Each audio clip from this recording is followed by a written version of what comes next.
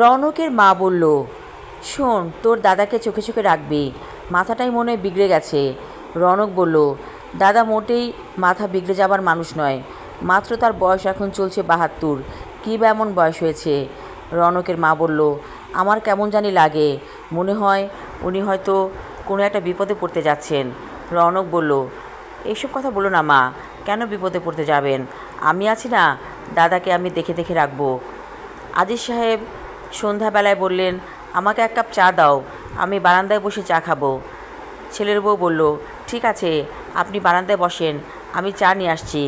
আজিজ সাহেব একটু মিনমিনে গলায় বললেন, আমাকে দুধ চা দিও, দুধ চা খেতে অনেক ইচ্ছে করছে। ছেলের বউ বলল, দুধ চা খেলে তো আপনি রাত্রে ঘুমাতেই পারবেন না।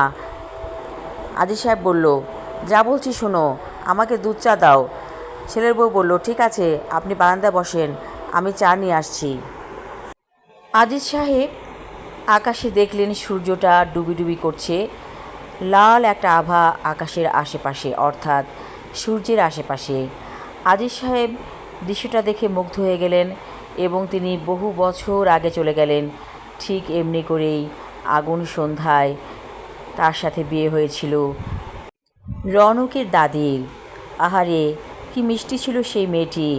মাত্র বয়স ছিল ১৬ বছর। ১৬ বছরের একটি যুবতী তার পাশে, আর তার বয়স তখন ২২। মনে হচ্ছিল যেন আকাশ নয়, শরীরেও আগুন লেগেছে।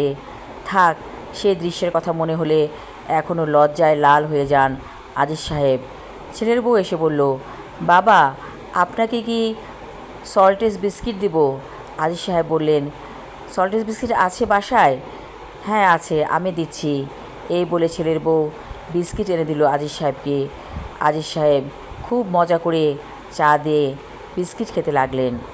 আমি আমার লেখা ছোট গল্প আগুন সন্ধ্যা পর্ব ২ পড়লাম। পরবর্তী অংশ থাকবে আগামী পর্বে। ধন্যবাদ।